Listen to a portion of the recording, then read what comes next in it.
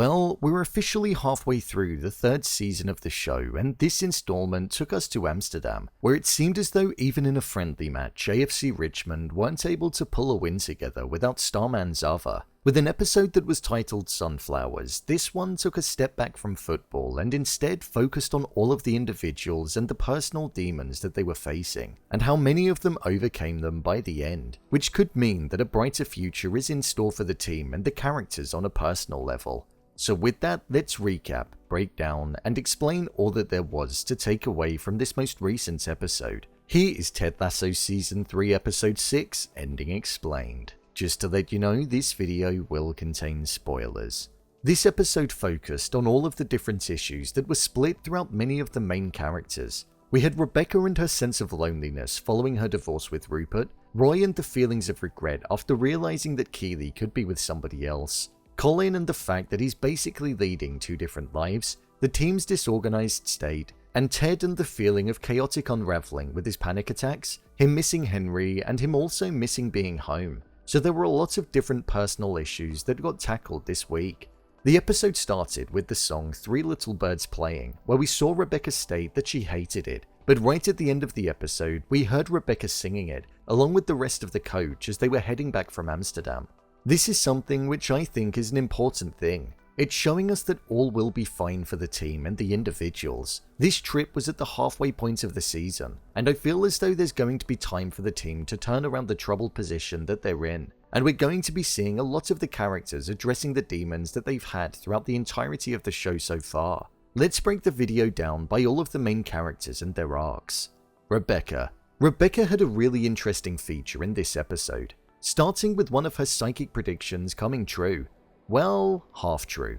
The psychic predicted that she would be upside down and drenched in the rain. Technically, she was upside down when she fell, and instead of rain, it was water from the canal, so I do wonder if it could be that. If not, there is still that prediction to come. We saw her have a day that it felt as though she needed for a long while. She met a man that we never found out his name, and we saw that he mirrored the experiences that Rebecca had gone through with Rupert. His wife was unfaithful and it tore him apart, something which Rebecca went through in the previous seasons, so he was very much somebody who she was able to relate to. They spent an evening together where she had her first sense of intimacy with somebody in a long while, and it was Lesley. I think this could well be the turning point in Rebecca and her mindset. She's always so held up over Rupert and getting revenge and being one better than him, but I feel this could well be the moment where she realizes that there's more to life than trying to do one better than him and living in fear when he's around. She asked the man if they did, to which he responded with no they didn't, but as she left he said to himself, did we? Yes we did. I personally don't think that this means that they were together in that way, but I think it meant that they caught feelings and formed a strong connection. It would be weird if he kept the other thing from her. I think we may see him pop up again in the future. We saw that he had a daughter, which could well be alluding to Rebecca becoming a mother, which was one of the psychic predictions, so there's nothing saying that they couldn't end up being together in the future, and then all of the predictions coming true. Ted.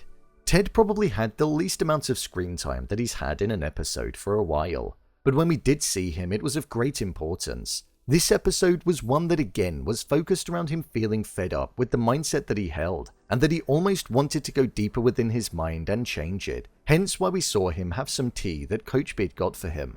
We were under the impression that he was hallucinating after drinking the tea, but it turned out that it was just a placebo as it turned out to be a bad batch. Ted was missing home in this episode, and you could sense that from the moment that he went into the American diner. Even with extremely poor reviews, he wanted to give it a try and get a taste of home. The barbecue sauce that we've seen before even made an appearance, which he said before was a taste that transported him back home being with his father.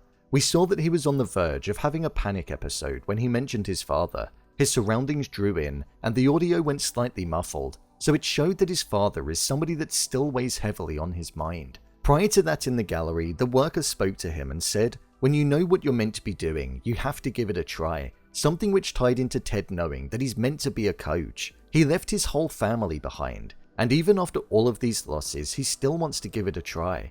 Ted had some hallucinations in the restaurant. He saw Nate as a waiter, he also had a voice talking to him, and almost giving him an epiphany on triangles, and how he can utilize what he knows about basketball and transfer it over to football. which it seems as though is going to be a technique that he's going to bring forward. So as we progress forward, I believe we're going to see a new style of football from AFC Richmond.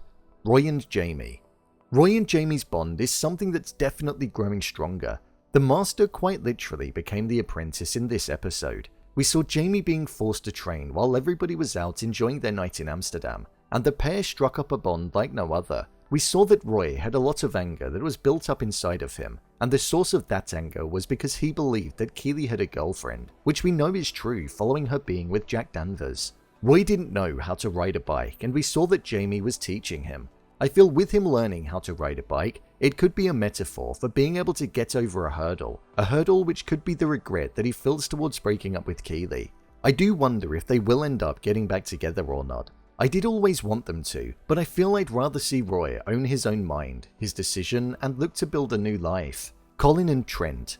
This was the episode where we found out that Trent was gay, and we also saw him approach Colin and be an ally to him. We got a glimpse inside of Colin's mind and the fact that he felt as though he was leading two lives, when in reality he wanted to be leading one. He's leading his professional life where nobody knows who he truly is, and also his private life. Colin mentioned how he didn't want to be a spokesperson or anything like that, and that he just wanted to be able to be with his partner just like everybody else in the team when they win matches. But the sad reality hit him that it wasn't as easy as that. However, on a positive note, we saw that Trent helped him feel more comfortable that evening and allowed him to be who he truly was around somebody that he knew for the first time ever, showing that a friendship was formed. And we got a side to Trent that we hadn't seen either, a caring, compassionate side, which showed us that the character of Trent has truly come out the other side.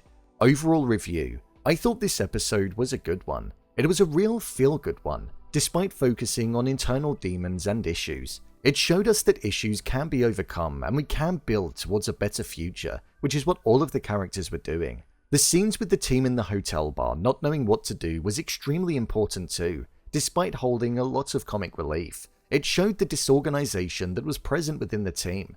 The fact that they all hold different opinions on what they want to do, which is something that is present on the pitch, but by using Ted's new formation, it will hopefully allow them to do what they want, which I believe will allow them to play to their advantage. It's sad that we're now halfway through the season, but I feel the pace is most definitely going to increase and we're going to get a fantastic final half. Bring it on. So, there you have it, Ted Lasso Season 3 Episode 6, Ending Explained. If you want to see more videos such as Endings Explained, theories and predictions, and character breakdowns, then click on the I button, or alternatively you can head over to my channel where you'll find them all. If you'd like to give me a show or movie that you'd like me to review, then head over to my Twitter, @brainpilot_, and tweet me what show or movie you'd like me to review next. And finally, if you'd like to see what I rate the latest movies that don't quite make the cut to getting a dedicated video, then head over to my Letterboxd profile. It's where I rate the latest releases in real time. What did you think of this episode? Leave a comment down below, and don't forget to subscribe. I'll see you next time.